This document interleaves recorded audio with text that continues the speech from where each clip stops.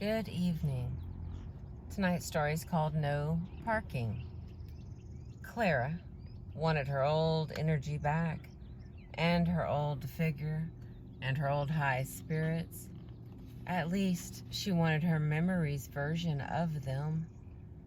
Drinking and a failed marriage, and the kids grown and gone, and the sameness about her work and her evenings, and a lot of other tragedies had conspired to bring her to the point of wanting to park her life in a permanent garage. And Clara was only 45.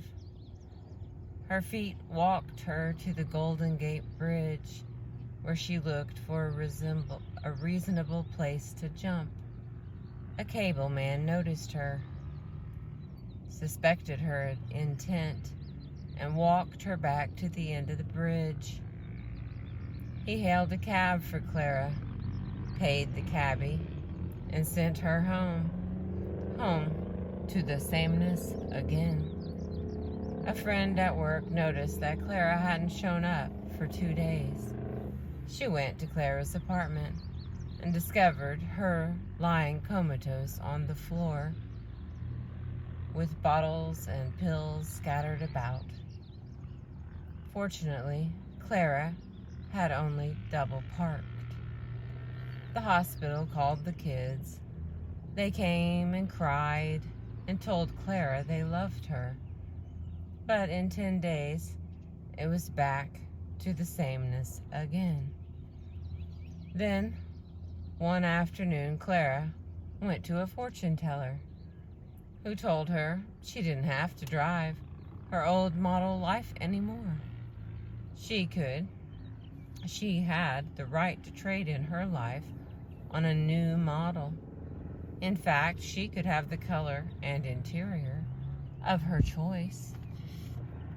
Wow, thought Clara aloud. I thought that God or karma or something like that selected models and colors and engines for us. No, corrected the fortune teller. They provide some raw materials to work with and some of the scenery you drive through, but the choice of cars is yours. You have been driving your own special model all along. Interesting idea, said Clara.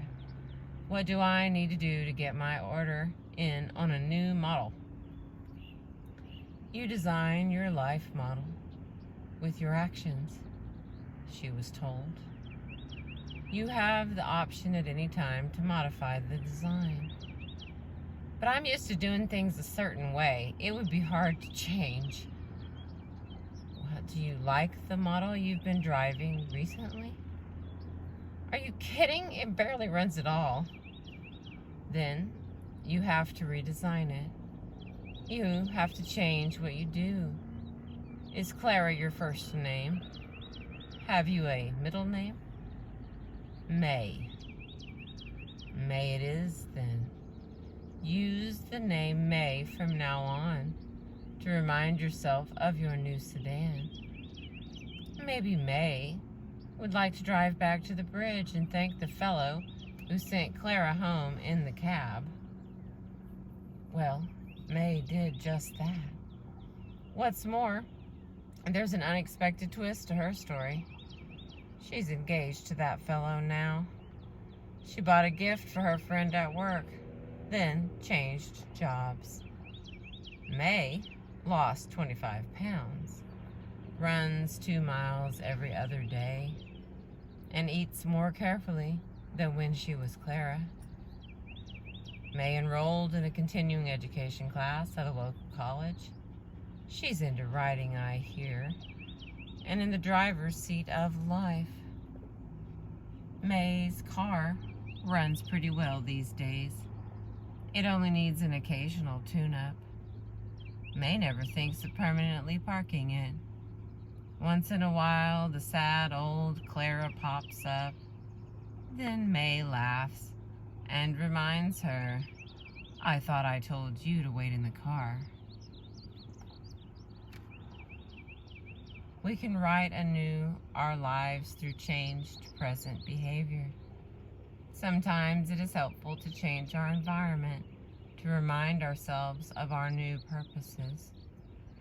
A new name, a redecorated kitchen, a change of scenery, a different job, joining a new club, new friends.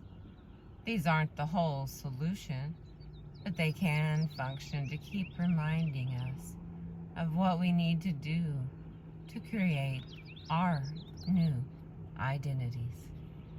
Thank you for listening. I appreciate you.